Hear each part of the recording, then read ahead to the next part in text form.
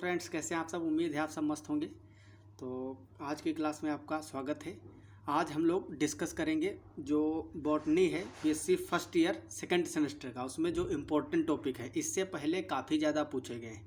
ज़्यादा इम्पोर्टेंट वही होते हैं जो ज़्यादा बार पूछे गए होते हैं क्वेश्चन, ठीक है, क्योंकि वो मोस्ट इम्पोर्टेंट इसीलिए तो कई बार पूछा गया है। तो ब्रायोफाइट जो है, इसमें देखो सेकंड यूनिट लिखा है, इससे आपको घबराना नहीं है। ये पुराना है, ठीक है, पुराने के हिसाब से हम देखेंगे। इससे पहले का जो सिलेबस था इस बार चेंज हुआ था 2020 के अकॉर्डिंग, लेकिन जो क्वेश्चन है अगर सिलेबस सेम है तो क्वेश्चन भी सेम ही आते हैं वहाँ से। तो ब्रायोफाइट्स में देखो, पहला क्वेश्चन है discuss why bryophytes are called amphibians of the plant words. ठीक है, ये क्वेश्चन ऑलरेडी ये सब टॉपिक मैंने डिस्कस किया है, ठीक है, ये सब बताए हैं। पूरा नोट्स भी इसका मिल जाएगा आपको क्लास में। आप ब्रायोफाइट का करोगे क्लास तो उसमें सब बताया गया है, ठीक है। तो ये क्वेश्चन काफ़ी इंपॉर्टेंट है। एम्फीबियंस ऑफ प्लांट किंगडम या प्लांट वर्ल्ड, ब्रायोफाइट्स को क्यों कहा जाता है, एक क्वेश्चन। अगला question, right short notes on scale and rhizoids in bryophytes. Scale और राइजोइड पे काफ़ी डिटेल में मैंने एक पूरा वीडियो अपलोड किया है, ठीक है। जो लिवर वर्ट होते हैं उसमें ज़्यादातर मेनली आपको स्केल्स और राइजोइड्स देखने को, राइजोइड्स तो मिलते ही हैं, स्केल उसी में देखने को मिलते हैं। मार्केंसिया रिक्सिया सब पढ़ाए हैं तो उसमें भी बताया हूँ मैं, ठीक है। तो ये काफ़ी बार पूछा गया है और हर बार ये पूछा ही जाता है। Short note, right short notes on scale and rhizoids in bryophytes. अगला क्वेश्चन इसमें, right short notes on vegetative reproduction in bryophytes. Bryophytes में वेजिटेटिव रिप्रोडक्शन कैसे होता है, तो इसमें याद करो मैंने क्या क्या बताया था, ठीक है। डीके और डेथ ऑफ थैलस, थैलस का कोई पार्ट टूट जाए या फिर उसमें ट्यूबर बनते थे। और एक सबसे अच्छा एसेक्सुअल रिप्रोडक्शन का उदाहरण था इसमें, कौन सा था, बाई गेमा कप। गेमा कप के द्वारा भी इसमें होता था, ठीक है। जितने भी वेजिटेटिव रिप्रोडक्शन है सब मैंने उसमें आपको कंप्लीटली बताया है।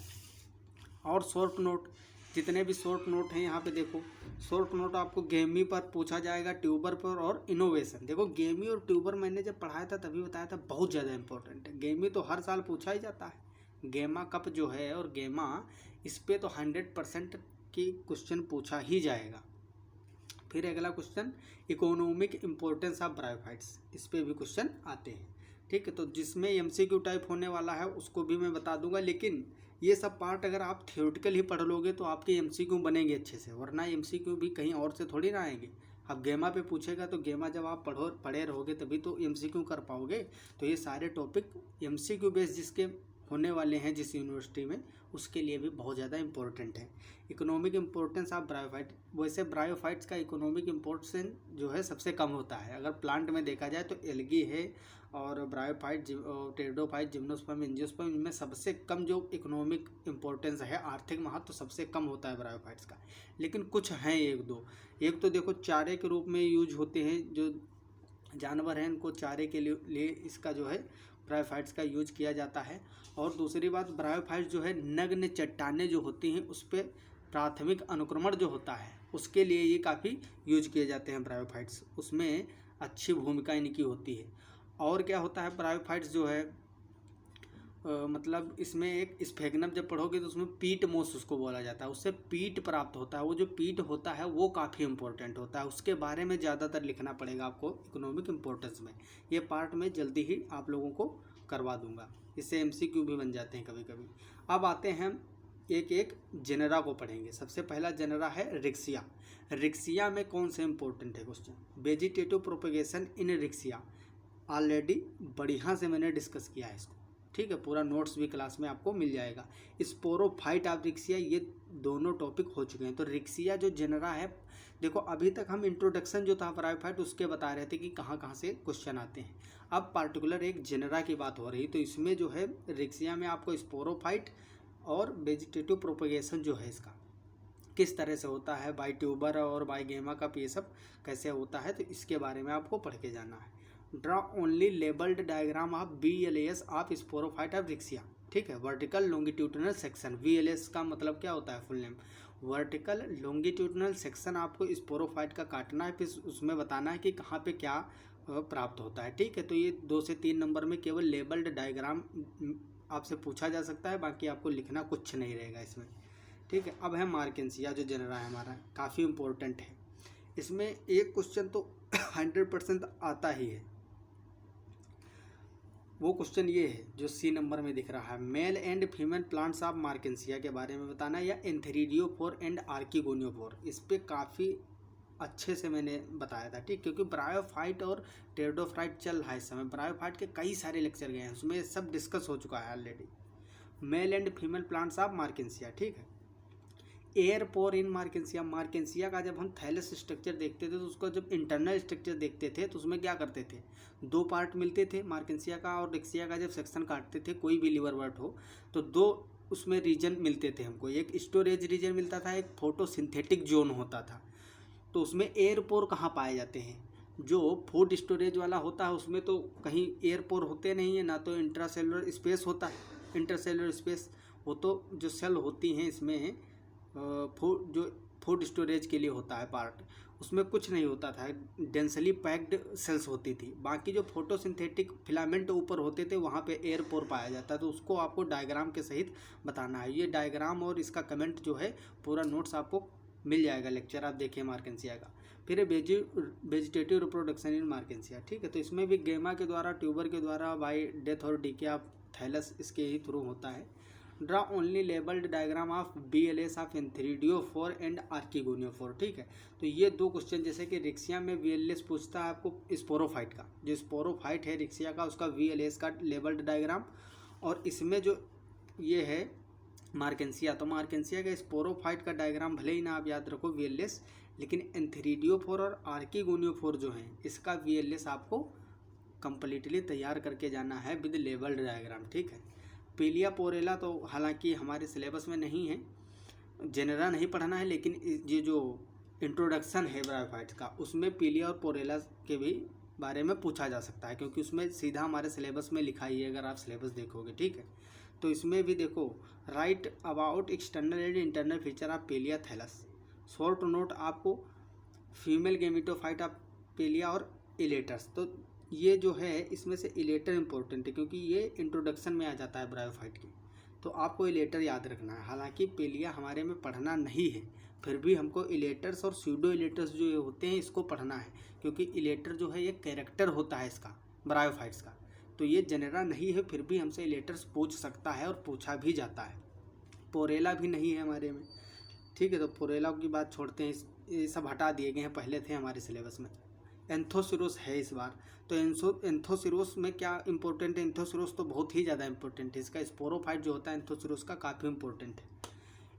तो इसमें इस स्पोर डिस्पर्जल की जो टेक्निक होती है, तकनीक, ये बहुत तगड़ी होती है, ये इस पे क्वेश्चन पूछा जाता है। और इससे भी ज़्यादा एक इम्पोर्टेंट है स्पोर डिस्पर्जल फ्यूनेरिया में पेरिस्टोम टीथ भी पाए जाते हैं, टीथ, ठीक है। तो उसमें पेरिस्टोम टीथ के थ्रू होता है स्पोर डिस्पर्जल, तो वो भी काफ़ी अच्छा क्वेश्चन बन जाता है। और कोलुमेला भी पूछा जा सकता है क्वेश्चन एंथोसिरोस के, स्पोरोफाइट ऑफ एंथोसिरोस, क्योंकि स्पोरोफाइट सबका इम्पोर्टेंट है, जितने भी जनरा हमको पढ़ने हैं, ठीक है। Draw only labelled diagram of, पहला VLS of sporophyte of Anthoceros और VS of capsule of Anthoceros, ठीक है। तो इसका स्पोरोफाइट का जो कैप्सूल होता है, कोलुमेला होता है, स्पोरोफाइट को आपको अच्छे से पढ़ के जाना है एंथोसिरोस का। Give a concise account of the life cycle of Anthoceros, ठीक है। तो लाइफ देखो, स्पोरोफाइट पढ़ोगे तो आपका लाइफ साइकिल भी कंप्लीट हो जाएगा। स्पोरोफाइट के साथ में अगर गेमेटोफाइट भी पढ़ लो तो यही तो लाइफ साइकिल है। अल्टरनेशन ऑफ जनरेशन होता है ब्रायोफाइट्स में, गेमेटोफाइट से स्पोरोफाइट, फिर स्पोरोफाइट से गेमेटोफाइट बनता है, ठीक है। तो ये पूरी मैकेनिज्म आपको पता होनी चाहिए। स्फेगनम जो है ये आर्थिक महत्व की दृष्टि से काफ़ी इंपॉर्टेंट है, इसमें पीट प्राप्त होता है, मैंने बताया था ना। तो लीफ ऑफ स्फेगनम, प्रोटोनिमल स्टेज काफ़ी पूछता है, ठीक है। तो ये शॉर्ट नोट पूछा जा सकता है। Describe the structure of gametophyte and sporophyte of sphagnum, तो ये हमारे सिलेबस में नहीं है स्फेगनम, लेकिन इसका जो है इकोनॉमिक इम्पोर्टेंस आपको स्फेगनम का पढ़ के जाना है। फिर है short note of peristome teeth बताए थे भी, पेरिस्टोम टीथ जो फ्यूनेरिया का है काफ़ी इंपॉर्टेंट है, बहुत ज़्यादा पूछा जाता है, देखो कितनी बार पूछा जा चुका है, ठीक है। तो ये जो है स्पोर डिस्पर्जल की एक टेक्निक है, इसके थ्रू स्पोर का डिस्पर्जल होता है, बाहर हवा में निकलते हैं। फिर है draw only label diagram of येलेस ऑफ कैप्सूला फ्यूनेरिया। अब कंपैरेटिव स्टडी तो हमको हमारे सिलेबस में है, तो कंपैरेटिव स्टडी में क्या, मार्केंसिया, रिक्सिया और एंथोसिरोसिस जितने भी हमारे उसमें हैं सिलेबस में, रिक्सिया भी है, मार्केंसिया भी है, एंथोसिरोसिस भी है। तो इसमें कंपैरेटिव स्टडी पे क्वेश्चन आता है, give a comparative account of Thales structure of Riccia, मार्केंसिया और एंथोसिरोसिस। आपको ऐसा क्वेश्चन आएगा तो उसमें क्या लिखना रहेगा कि जो रिक्सिया, मार्केंसिया और एंथोसिरोसिस हैं उसके थैलेस स्ट्रक्चर में का कंपैरिजन करवाना है। रिक्सिया में क्या मिलेगा, वो मार्केंसिया मिलेगा या नहीं, एंथोसिरोसिस में होगा या नहीं, इसका जो है कंपैरिजन बेस्ड क्वेश्चन ब्रायोफाइट में 100% एक आता ही है।